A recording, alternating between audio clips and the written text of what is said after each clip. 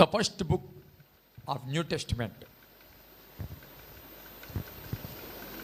19వ అధ్యాయము 16వ వచనము నుండి బాగుగా సుప్రచుతమైన వాక్య భాగము చదువుతూ ఉన్నాను. ఇదిగో ఒకడు ఆయన యొద్దకు వచ్చి, బోధకుడా, నిత్యజీవం పొందుటకు నేను ఏ మంచి కార్యము చేయవలెనని ఆయనను అడిగాను. అందుకైన మంచి కార్యమును గురించి నన్నెందుకు అడుగుచున్నావు? మంచి వాడు ఒక్కడే. నీవు జీవములో ప్రవేశింపగోరిన ఎడల ఆజ్ఞలను గైకొనమని చెప్పాను. అతడు ఏ ఆజ్ఞలని ఆయనను అడగగా, యేసు నరహత్య చేయవద్దు, వ్యభిచరింపవద్దు, దొంగిలించవద్దు, అబద్ధ సాక్ష్యము పలకవద్దు, తల్లిదండ్రులను సన్మానింపము, నిన్ను వలె నీ పొరుగు వారిని ప్రేమింపవలను అనునివియే అని చెప్పాను. అందుకు ఆ యవనుడు, ఇవన్నీ అనుసరించుచునే ఉన్నాను, ఇకను నాకు కొదువు ఏమని ఆయనను అడిగాను. అందుకు యేసు, నీవు పరిపూర్ణుడు అగుటకు కోరిన ఎడల పోయి నీ ఆస్తిని అమ్మి బేదలకేమో, అప్పుడు పరలోకమందు నీకు ధనము కలుగును. నీవు వచ్చి నన్ను వెంబడించమని అతనితో చెప్పాను. అయితే ఆ యవ్వనుడు మిగులు ఆస్తి గలవాడు గనుక ఆ మాట విని వ్యసనపడుచు వెళ్ళిపోయేనో.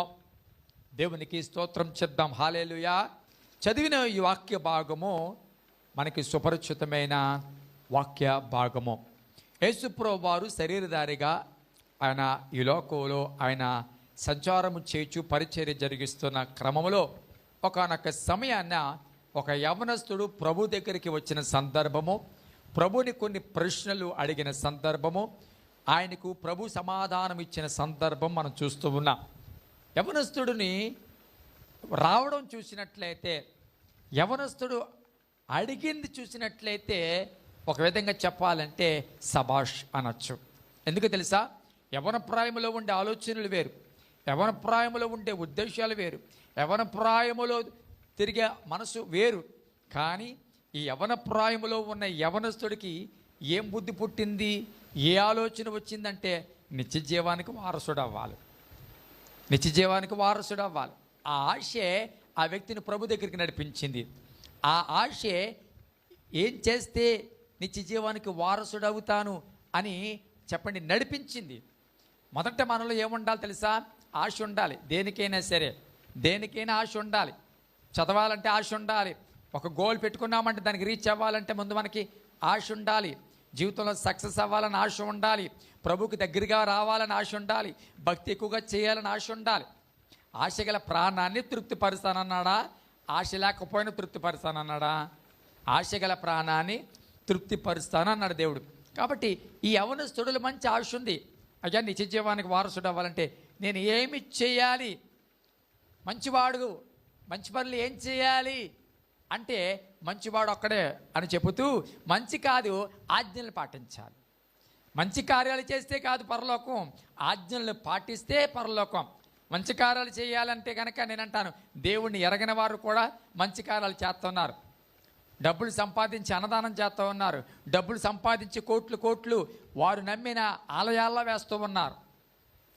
అలా మంచి కార్యాలను బట్టి, లేకపోతే వేసిన డబ్బులను బట్టో, లేకపోతే చేసిన అన్నదానాన్ని బట్టో ఒకవేళ మోక్షం ఉంది, పరలోకం ఉంది అని అనుకుంటే నేను అంటాను, ఇది కేవలము ధనవంతులకు మాత్రమే పరిమితమైపోతుంది. కాబట్టి దేవుని సన్నిధిలో మంచి కార్యాలే కాదు, ఆజ్ఞలను అనుసరించాలి అని ప్రభువారు చెప్తూ ఉన్నారు. ఎందుకో తెలుసా? మంచి కార్యాలు ఏదైనా చేస్తాం కానీ ఆజ్ఞలను అనుసరించడమే కష్టం. నా మాట అర్థమవుతుందా? ఏదైనా చేస్తాం కానీ ఆజ్ఞలను అనుసరించడమే కష్టం. ఆజ్ఞలను అనుసరించాలి అంటే దాని అర్థం ఏంటో తెలుసా? మళ్ళీ మనం వెనక్కి పెట్టుకోవాలి. మళ్ళీ మనం ఉపేక్షించుకుంటేనే కానీ ఆజ్ఞలను అనుసరించలేం.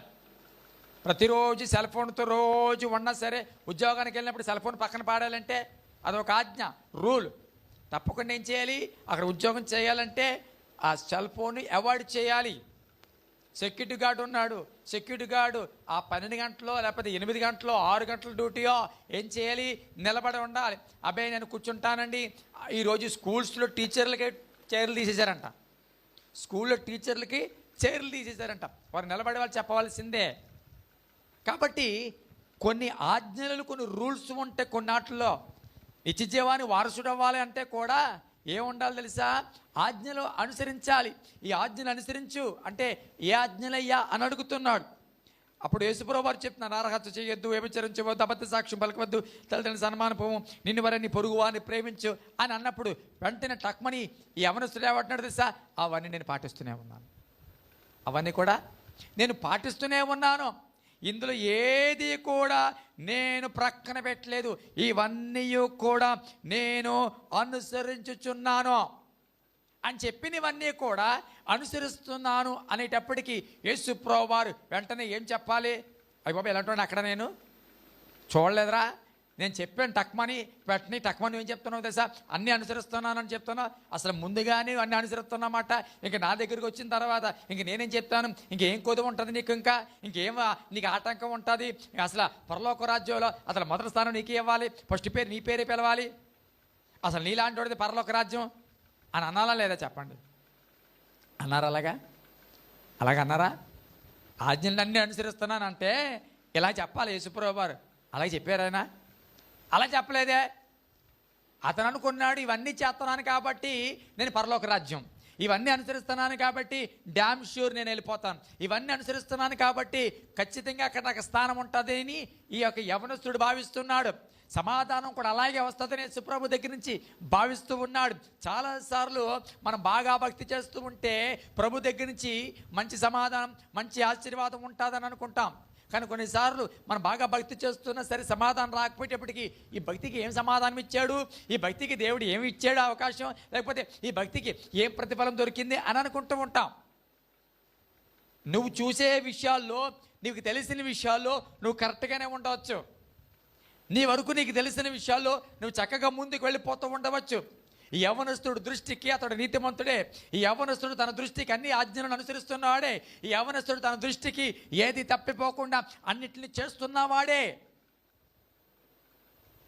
ఈరోజు యవనస్తులు పిల్లలు వారి దృష్టికి వాళ్ళు బాగానే ఉంటారు. బయటికి వెళ్తున్నప్పుడు జాగ్రత్త అంటే మా అమ్మకి పిచ్చి, జాగ్రత్త చెప్తుందేంటి, నాకేమాత్రం తెలీదా? ఈరోజు మన తల్లిదండ్రులు మనం పుట్టి పిల్లలు పుట్టేసి ఆ పిల్లలు కూడా పెద్దవాళ్ళు అయిపోయినా ముసలి తల్లిదండ్రులు ఇంట్లో ఉంటే అమ్మా జాగ్రత్త అంటారు. ఇంకా జాగ్రత్త అని సరిపిల్లలు అనుకుంటాం జాగ్రత్త చెప్పడానికి. ఇంకానే కొన్నిసార్లు వారి మాటలు విచిత్రంగాను, వారి మాటలు మనకి చెప్పండి హాస్యాస్పదంగాను, అసలు నాకేంటి ఇలాంటి చెప్తున్నాడు, అసలు నేనేంటి నా పిల్లలకి నేను జాగ్రత్త చెప్పవలసిన స్థితిలో ఉంటే మా అమ్మేంటి నాకు జాగ్రత్త చెప్తుంది అని కొన్నిసార్లు మనం అలా ఆలోచిస్తాం. పెద్దవాళ్ళు మాటలుంటే వాళ్ళని ఏదో ఒక హాస్యాస్పదంగా చూస్తాం, వారి యొక్క వేదాంతాలా చూస్తాం, వారి ఒక పిచ్చిలాగా చూస్తూ ఉంటాం. గమనించండి, ఈ యవనస్తుడికి ఇప్పుడు అన్నీ చెప్పిన వెంటనే ఇవన్నీ చేస్తున్నాడు. నేను అంటాను ఇవన్నీ చేస్తున్నాడు అంటే ఈ యవనస్తుని తల్లిదండ్రులు చాలా బాగా పెంచారని చెప్పాలి. ఆ కాలంలో అనేక మంది యవనస్తులకు ఇతడు మాదిరి. అనేక మంది యవనస్తులు ఇతను చూసి నేర్చుకోవాల్సినవి చాలా ఉన్నాయి. ఎందుకంటే ఈ లక్షణాలన్నింటిలో మిగతా యవనస్తులు ఉండకపోవచ్చు కదా. ఇతనిలో ఉన్న అన్ని లక్షణాలు మిగతా వాళ్ళు ఉండకపోవచ్చు.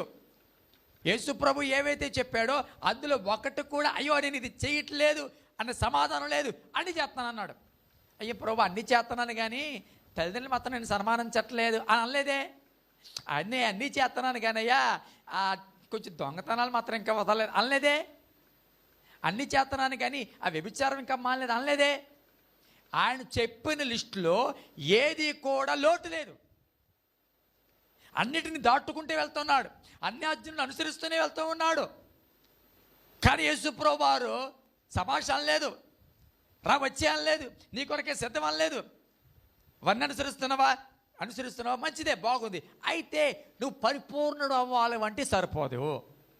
నువ్వు పరిపూర్ణుడు కావాలంటే ఇప్పుడు చేస్తున్నవి సరిపోదు. నువ్వు పరిపూర్ణుడు కావాలంటే ఇంకొకటి చేయాలి. ఏంటయ్యా? వెళ్ళి నీ ఆస్తిని అమ్మి పేదలకు ఇచ్చి నన్ను వెంబడించు. నేను ఒక మాట అడుగుతాను, ఇది ఆజ్ఞల్లో ఉందా? చెప్పరే. పైన చెప్పిన వాటిల్లో ఇది ఉందా? లేదే. ఈ పైన చెప్పిన వాటిల్లో ఇది ఉంటే కనుక ఆ యవనస్తుడు అప్పుడే వెళ్ళిపోను. పైన చెప్పిన లిస్టులో ఇది లేదే. పైన చెప్పే లిస్టులో వ్యభిచరించవద్దు, దొంగిలించవద్దు, తల్లిదండ్రుల సన్మానపురము, నీ పొరుగు వారిని ఏది ఆశించద్దు, అలాగే నీ నీ వల్ల నీ పొరుగు వారిని ప్రేమించు, ఇదే చెప్పారు. అవన్నీ బాగున్నా ఉన్నాయి.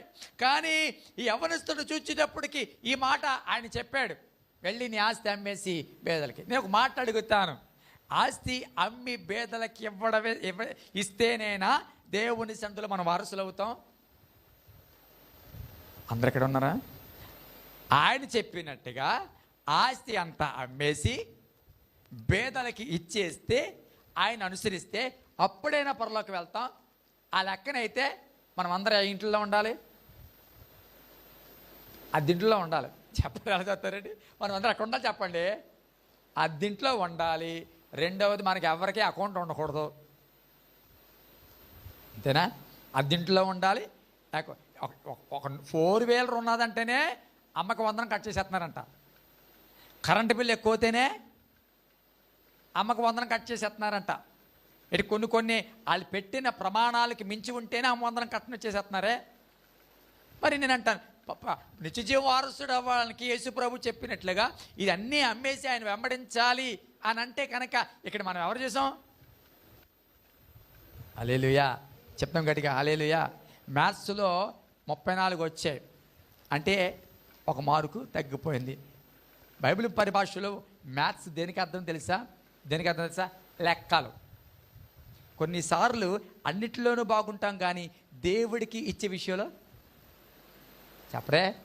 కష్టార్జితంలో 10% 10వ వంతు ఇవ్వడంలో మైనస్. నేను ఒక మాట చెప్తాను, మ్యాథ్స్లో పోతాయి అన్నీ పోయినట్టుగానే ఒక్కడి నాకు మాట చెప్తాను, దశంభాగం ఇవ్వడం గురించి మాట్లాడతలేదు, దేవుడికి సమయం ఇవ్వడంలో కూడా ఓడిపోతున్నామే మనం.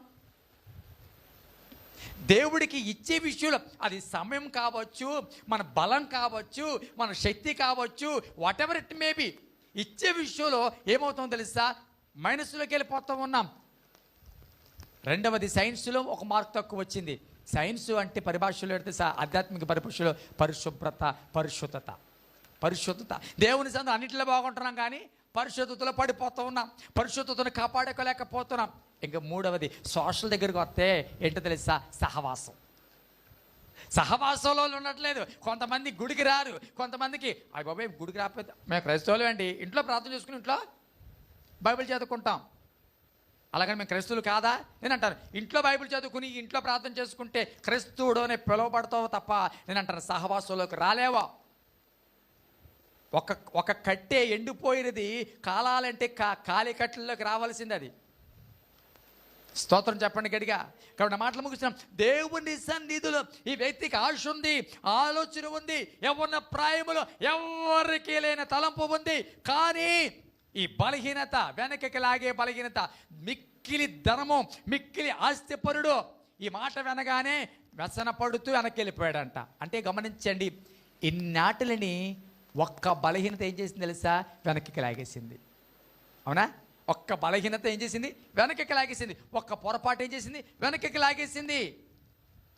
దేవుని బిడ్డారా, చాలా ఆశ ఉంది, కానీ కొన్ని ఒక్కొక్క చిన్న బలహీనతలు మనం వెనక్కి లాగేస్తూ ఉన్నాయి, మన ఆధ్యాత్మిక తీరులో ఎదగకుండా చేసేస్తున్నాయి, దేవుడి సందులో వారసులు కాకుండా చేసేస్తున్నాయి, దేవుడి సందులో ఏమి పొందుకోకుండా మనల్ని చేసేస్తున్నాయి. కళ్ళు మూసుకుందాం, ప్రార్థన చేద్దాం. మాతో మేమందరం కూడా ఆలోచించవలసిన సంగతి, చాలా విషయాల్లో మేము పాస్ అవుతున్నామేమో, కానీ ఎప్పటికీ కూడా ప్రయత్నం చేస్తూ ఇంకా ఫెయిల్ అవుతున్న విషయాలు కూడా ఉన్నాయి. ఎప్పటికీ కూడా జయించలేనివి మాలో ఉన్నాయి, ఎప్పటికీ కూడా అధిగమించలేనివి ఉన్నాయి. కోపం కావచ్చు, అసూయ కావచ్చు, ద్వేషం కావచ్చు, నీకు ఇవ్వవలసిన సమయం కావచ్చు, నీకు ఇవ్వవలసిన ధనం కావచ్చు, మా జీవితంలో నీకు ఇవ్వవలసిన ప్రాధాన్యత కావచ్చు, నీ విషయంలో భయపడటం కావచ్చు. చాలా విషయాలు ఎప్పటికీ మేము ప్రభా ఫెయిల్ అవుతున్నాం, క్షమించండి నాయన. ఆ బలహీనతలను కూడా అధిగమించి మేము పరిపూర్ణం కావాలి. అట్టి కృపలోకి మమ్మల్ని నడిపించమని, వారి పనుల్లో ఈ వారమంతా కాపాడి దాన్ని ఆశీర్వాదకరంగా మలచమని, కుటుంబాలను దీవించమని యేసునామములో కూర్చున్నాం తండ్రి, ఆమేన్. పరమ తండ్రి దేవుని ప్రేమ, కుమారుని యేసుక్రీస్తు కృప, పరిశుద్ధాత్మక అన్యోన్య సహవాసం సరే మనకును ఆయన ప్రేమిస్తున్న మనకి రాకరిస్తున్న మనకి ఇప్పుడు జరగబోయే 2వ ఆరాధనకు సదాతో నడిపించును కాక. ఆమేన్. ఆమేన్. థాంక్యూ అండి. God bless you. దేవుని మిమ్మల్ని దీవించును కాక.